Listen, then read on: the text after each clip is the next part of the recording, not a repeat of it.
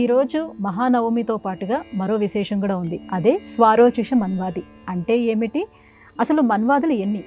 నవరాత్రులలో 9వ రోజున ఉన్నాం మనం. ఈ సంవత్సరం ఈ నవరాత్రులు 10 రోజులు ఏర్పడి ఉన్నాయి.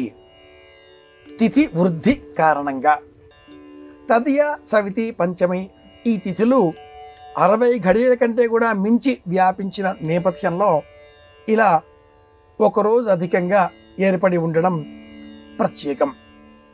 ఇలాంటి ప్రత్యేకత మొదటిసారి అని అనుకోకూడదు. ఉజ్జాయింపుగా ప్రతి 9 సంవత్సరాలకు ఒకసారి వస్తూ ఉంటుంది. పూర్వం 2016లో కూడా ఇలాగే 10 రోజుల ఉత్సవాలు నిర్వహించుకొని ఉన్నాం.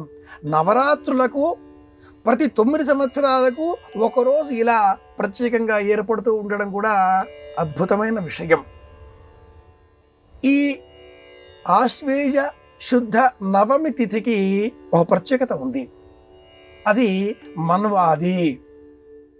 మనువులు 14 ఈ ప్రపంచాన్ని నిర్వహించిన చక్రవర్తులు అని మనకు మన పురాణాలు బోధిస్తాయి.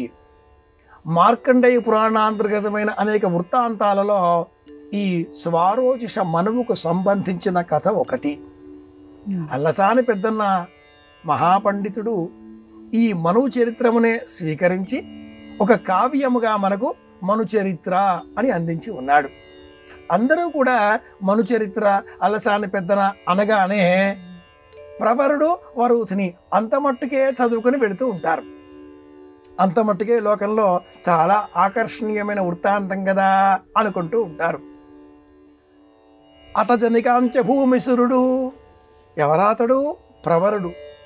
ఎటువంటి వాడు? అరుణాస్పదపురములో అమ్మా నాన్న, ఇల్లు ఇల్లాలు, పిల్లలు, అతిథులు ఇంతే జీవితంగా బ్రతికేటటువంటి మహనీయుడు.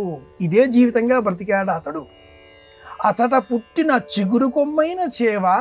అటువంటి చోట పుట్టిన ఈ ప్రవరుడు హిమాలయాలకు వెళ్ళాడు, తిరిగి వచ్చేశాడు. ప్రవరుడి రూపంలో ఒక యక్షుడు ఆ వరూధుడితో కూడిన కారణంగా స్వరోచి పుట్టాడు. ఈ స్వరోచి ఇందీవరాక్షుడిని అంతం చేసి అతని కుమార్తె అయిన మనోరమను వివాహం చేసుకున్నాడు. ఆ మనోరమకు 2 స్నేహితురాండ్లు.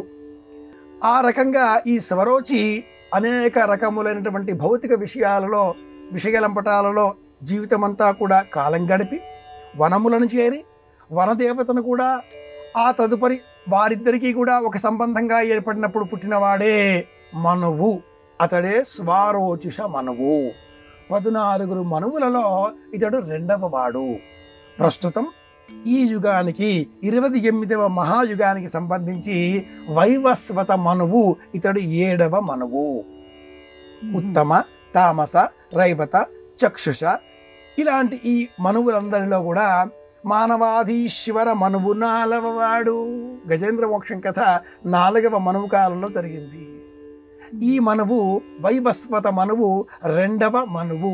14 మనువులలో గతకాలానికి సంబంధించిన ఈ చారిత్రక అంశాలను గుర్తుపెట్టుకొని దానం ఇవ్వాలి. మహానవమి, మన్వాది ఇటువంటి అరుదైన సందర్భం ఏర్పడిన నేపథ్యంలో వస్త్రములు, మినుములు, కొబ్బరి, అరటిపళ్ళు, అలాగే 5వది ఈ 4 కానటువంటిది ఉప్పు. వీటిని దానంగా ఇచ్చినట్లయితే లేదా జంతుజాలానికి ఆహారం అందే విధంగా అందించినట్లయితే కూడా ఈ నవరాత్రి ఉత్సవాలను ఘనంగా నిర్వహించుకున్న పుణ్యఫలం మనకు లభిస్తుంది.